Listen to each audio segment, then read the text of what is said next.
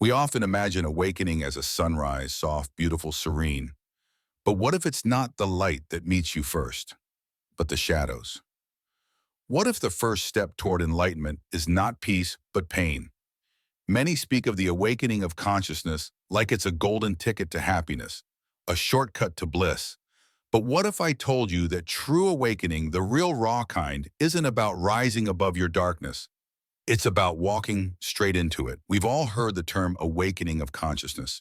It's everywhere, on podcasts, in books, whispered in meditation circles, and chanted across yoga mats.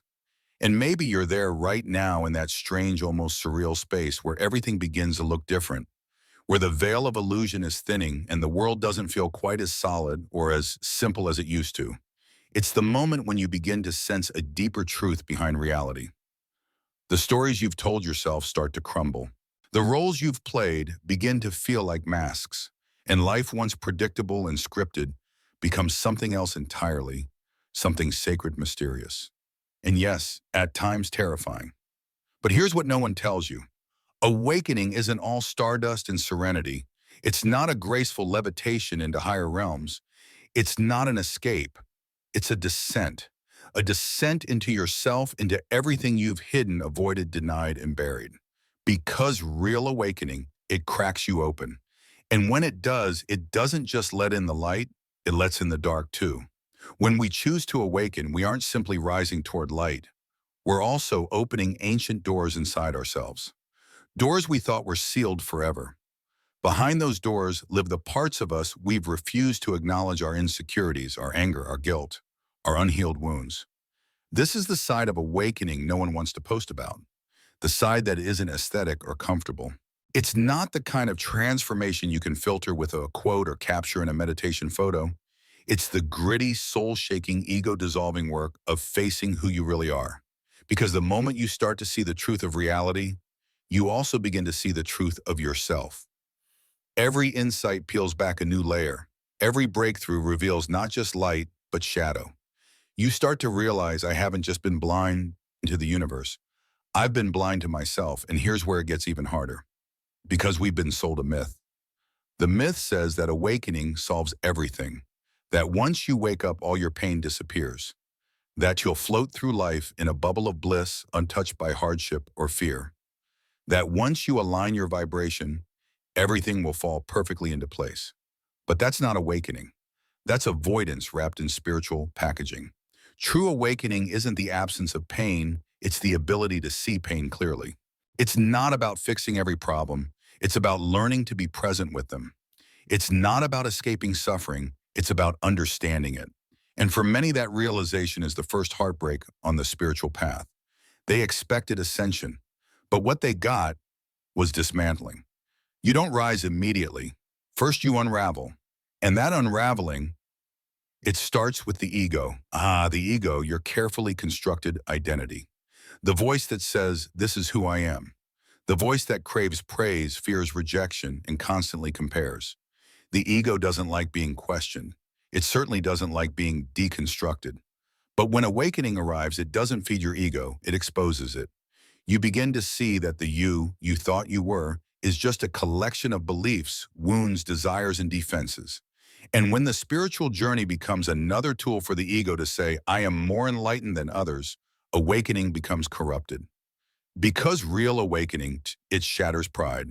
It shows you that you are not a special, chosen soul floating above the rest. You are not better because you meditate, or pure because you've read 100 spiritual books. You are not separate from the world's chaos. You are a part of it. You're not the ocean. You're a wave. And as this illusion of spiritual superiority dissolves, something else emerges: humility. The soul remembers its place, not above others, but among them. Not to be praised, but to serve. And this moment of disillusionment, it hurts. Because it doesn't just strip away your illusions about the world, it strips away your illusions about you. You begin to see how much of your identity was built on fantasy. How many of your beliefs were borrowed, not earned. How many of your truths were just safety blankets you clung to in the dark. But disillusionment is not a failure, it's a purification. It is the sacred fire that burns away all that is false. And in that fire, something purer is revealed. Because when consciousness expands, it doesn't just show you light, it casts a spotlight on your shadow. All the parts of you you've denied, the anger, the jealousy, the shame, the grief, they come rushing forward like ghosts you thought were long dead. And suddenly, the spiritual path isn't about finding your light. It's about finding the courage to sit with your darkness.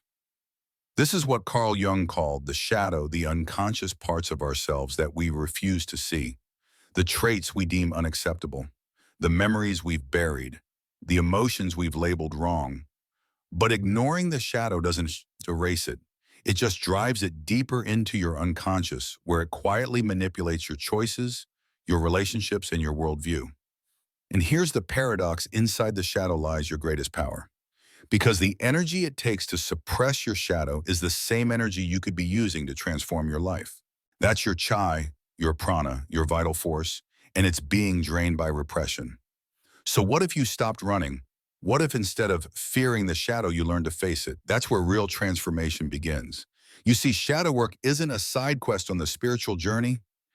It is the journey, because until you've made peace with your darkness, you're not really free. You're just pretending.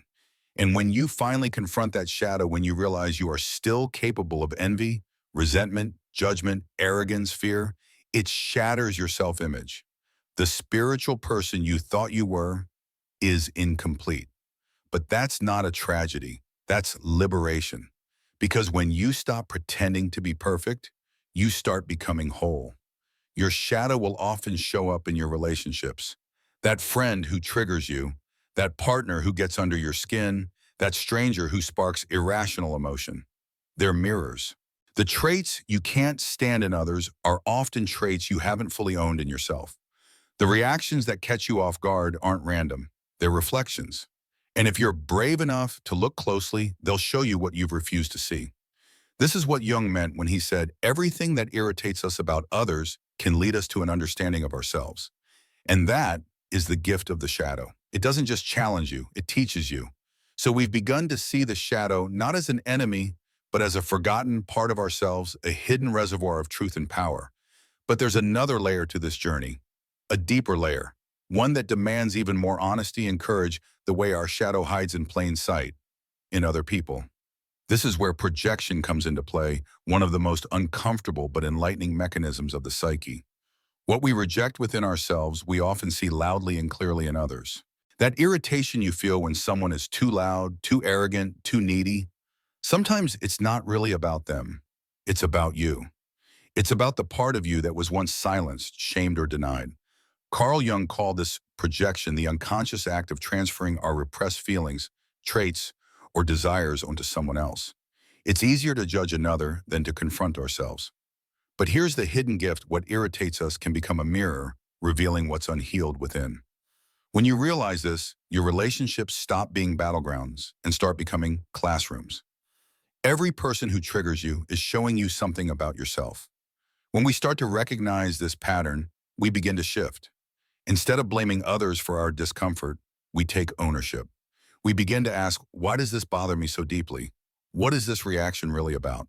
And in that question lies a portal to self-awareness. Now let's be clear. Integrating the shadow doesn't mean we embrace destructive behavior. It doesn't mean we justify cruelty or indulge toxic patterns.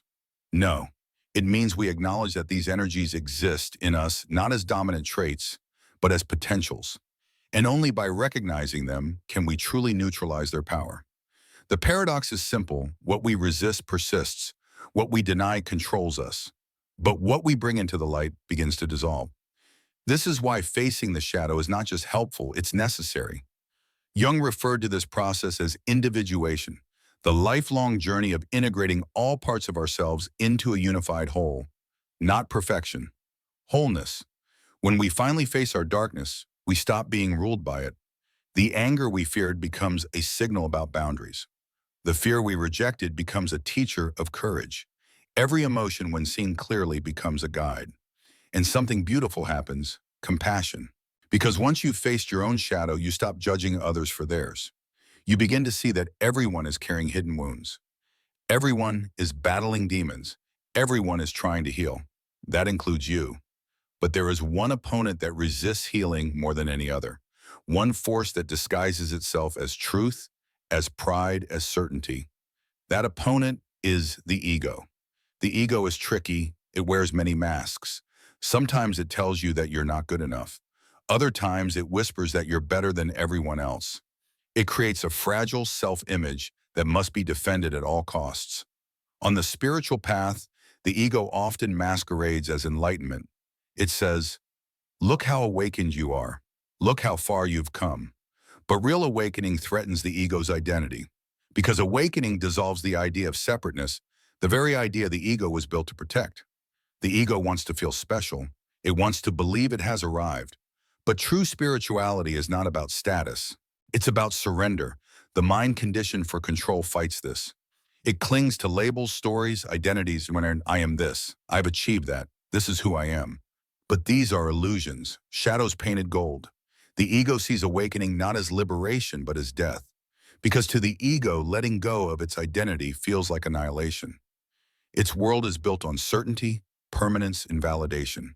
And anything that threatens that structure, anything that points toward oneness, triggers resistance. That resistance appears as fear, as doubt, as anger, as endless mental noise. And so the spiritual path becomes a battlefield, a war between the part of you that wants to expand and the part of you that wants to stay in control. Spiritual traditions across the world speak of this conflict.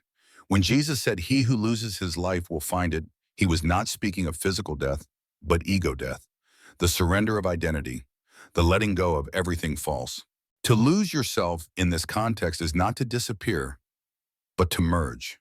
Not to vanish, but to become whole. Think of two sound waves. When they align in frequency and rhythm, they don't cancel each other, they amplify. Their union creates a new wave more powerful than either one alone. This is what happens when your consciousness aligns with something greater than the ego. You don't lose your essence. You expand it, but the ego won't give up easily. It even tries to hijack the journey. It puts on a robe, speaks in affirmations, and calls itself enlightened. It builds a new identity around being spiritual. It judges those who aren't. It claims superiority through practices and knowledge. This is what Chogyam Trungpa called spiritual materialism, the ego using spirituality to enhance itself, turning awakening into a brand, meditation into a performance, detachment into a weapon. In doing so, we replace transformation with performance. We avoid real healing by playing a role. This is the most dangerous trap on the path, the illusion of progress. And the only way out is humility. To watch yourself closely, to question your motives. To ask, not what have I achieved, but what am I avoiding? St. Augustine once said, "The more you know yourself, the less reason you have to exalt yourself." Self-awareness humbles the soul. It's a practice of radical observation. To notice your thoughts without clinging. To feel emotions without becoming them. To recognize that the ego is not the enemy, but it is not your true self either. Disidentification is key. The moment you realize you are not your thoughts, your emotions, or your story, something shifts. A deeper silence arises. A clearer awareness takes its place. In that space, life becomes vivid, present, real. And yet this path is not linear. It's not all breakthroughs and clarity. More often than not, it leads through a valley, a dark and silent place, known in mysticism as the dark night of the soul. This isn't just a metaphor. It's a deeply human experience, a spiritual and emotional collapse that strips you of all certainty. What once felt like guidance now feels like silence. What once gave you joy now feels hollow. Everything falls apart. You feel lost, disconnected from others, from yourself, from the divine. But this darkness isn't punishment. It's purification. It's a shedding of false beliefs and shallow comforts. Thomas More in Care of the Soul describes this as an initiation, an invitation to shed illusions and return to something more authentic. And Paulo Coelho reminds us, the darkest hour of the night comes just before the dawn. The dark night is not the end, it is a sacred threshold. The ego panics here because nothing makes sense. But the soul knows it's being remade.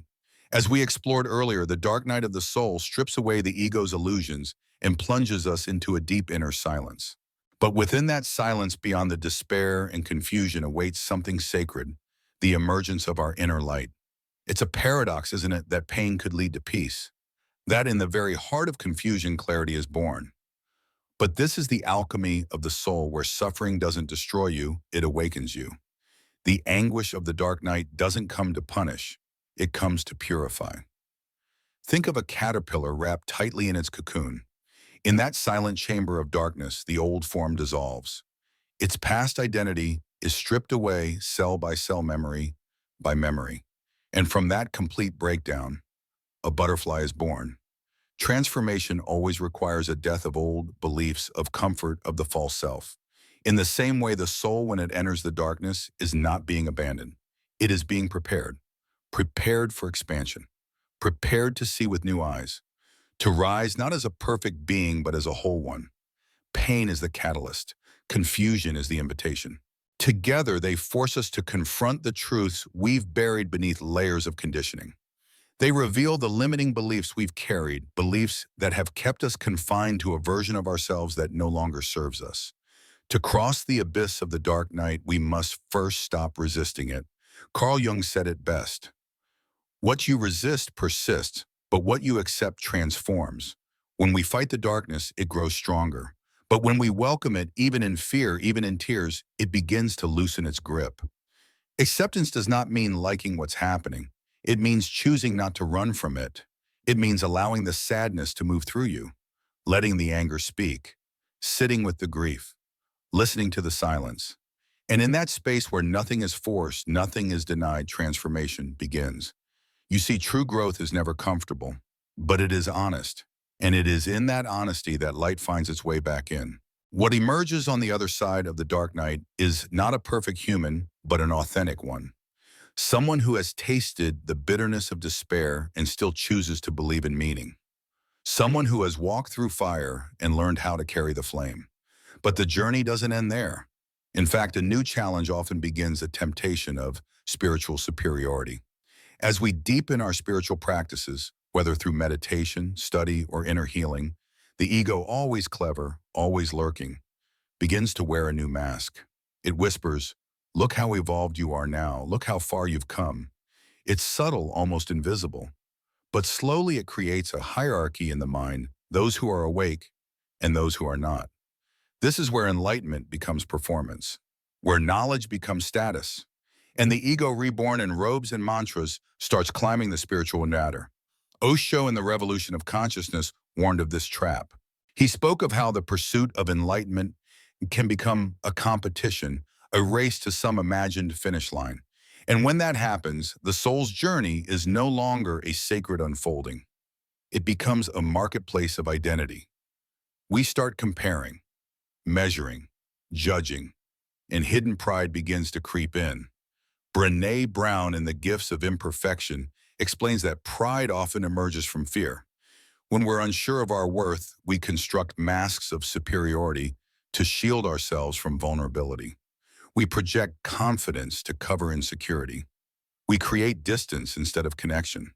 This disguised pride can look like many things: dismissing others who don't share our beliefs, subtly belittling their paths, or forming inner narratives that we are above worldly concerns. And in doing so, we lose something precious: the ability to learn from others, to walk beside them, to remain open. Instead of seeing the beauty and the diversity of human experiences, we begin to filter the world through separation: the awakened versus the unawakened, the right path versus the wrong path. But this is not enlightenment. This is ego in sacred clothing. True spirituality is not exclusive, it is inclusive. It doesn't build walls, it builds bridges. It doesn't elevate the self, it dissolves the illusion of separateness. As Jack Kornfield beautifully points out in The Path of Love, too much inward focus can isolate us. We get so absorbed in our own inner work that we begin to disconnect from the world around us. We lose touch with the very thing awakening is meant to deepen our connection with life, with others, with the messy, imperfect beauty of being human. This spiritual isolation can become a bubble, a quiet, comfortable chamber where we mistake detachment for superiority. But the true path is not a bubble, it's a shared road. Humility is the key. And humility doesn't mean self-deprecation. It means shifting the focus away from being seen as awakened to serving from that awakening. It means recognizing that no one walks this path alone. We are all learning. We are all healing. We are all sacred works and in progress. The true measure of awakening isn't how much you know, it's how deeply you love. It's not found in your titles, but in your tenderness. Not in your enlightenment, but in your willingness to lift others as you rise. When the ego seeks the spotlight, let your spirit choose to serve. Because in service, awakening becomes real. It becomes tangible. It becomes embodied. Helping others is not a detour on the spiritual path, it is the path. The moment you begin using your healing to help heal the world, something profound happens. The journey stops being about you. It becomes about us. And that shift, that's when the real transformation begins. Spiritual awakening's not a final destination. It is not a mountaintop of perpetual peace. It is a lifelong unfolding, a sacred dance between light and dark shadow and soul, and the dark side of awakening. It's not the obstacle, it's the invitation. It's where your strength is forged. It's where your love becomes unconditional. It's where your illusions die and your essence begins to speak. So if you're in that darkness now, if everything feels like it's falling apart, know this: you're not being broken. You're being reborn. And when you emerge tender, wiser, more compassionate, you won't just carry light. You'll be the light. Thank you for watching. And may your journey, no matter how dark it seems, always lead you deeper into truth.